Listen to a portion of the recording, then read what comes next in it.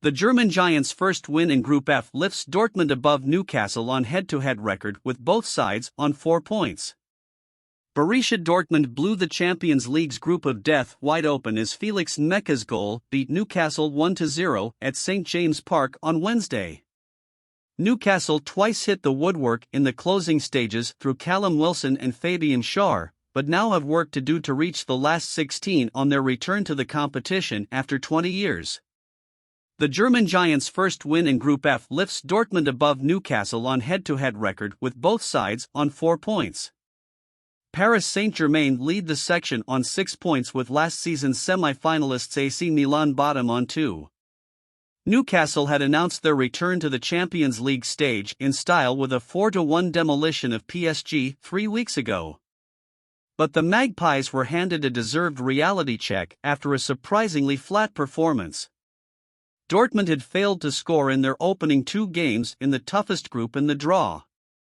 But their defeat by PSG last month was the only time they have lost in 12 games so far this season.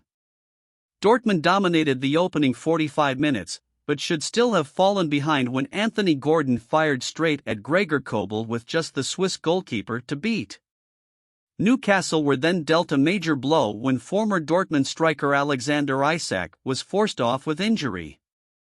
Daniel Malin and Niklas Füllkrug tested Nick Pope, but it was an inspired piece of play from a centre-back that eventually helped Edin Terzic's men break their duck. Nico Schlotterbeck robbed Gordon of possession in midfield and burst forward before crossing for Nmecha to stroke into the far corner in first-half stoppage time.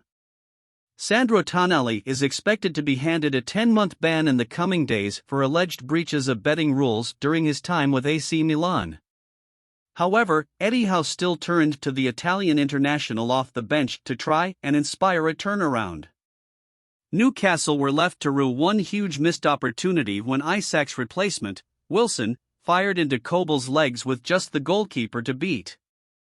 Wilson then saw a flicked header come back off the crossbar. Howe's men came even closer in the dying seconds of stoppage time as Schar's deflected effort looped over a helpless Kobel and bounced kindly back off the bar for Dortmund into the path of a covering defender. But the visitors clung on to leave the group delicately poised heading into another clash between the sides in Dortmund on November 7.